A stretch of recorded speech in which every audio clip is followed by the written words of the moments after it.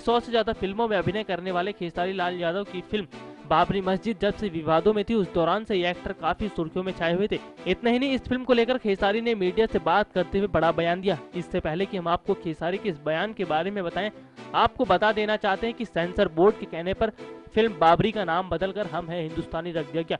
चलिए बात कर लेते हैं खेसारी के बयान की। आपकी जानकारी के लिए बता दें कि खेसारी लाल ने अपने बयान में कहा है कि मैं भोजपुरी के दर्शकों से अनुरोध करना चाहता हूं कि जब फिल्म सिनेमाघरों में रिलीज हो जाएगी तो वो इसे देखने के लिए जरूर जाएं।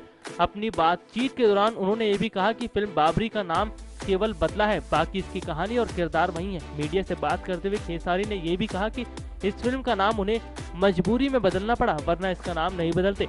अगर फिल्म के किरदारों की बात करें तो इसमें खेसारी और काजल राघवानी मुख्य भूमिका में नजर आएंगे, वहीं विलन की भूमिका में अवधेश मिश्रा नजर आएंगे।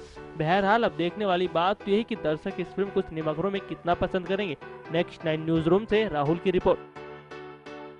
For all the latest updates, please subscribe.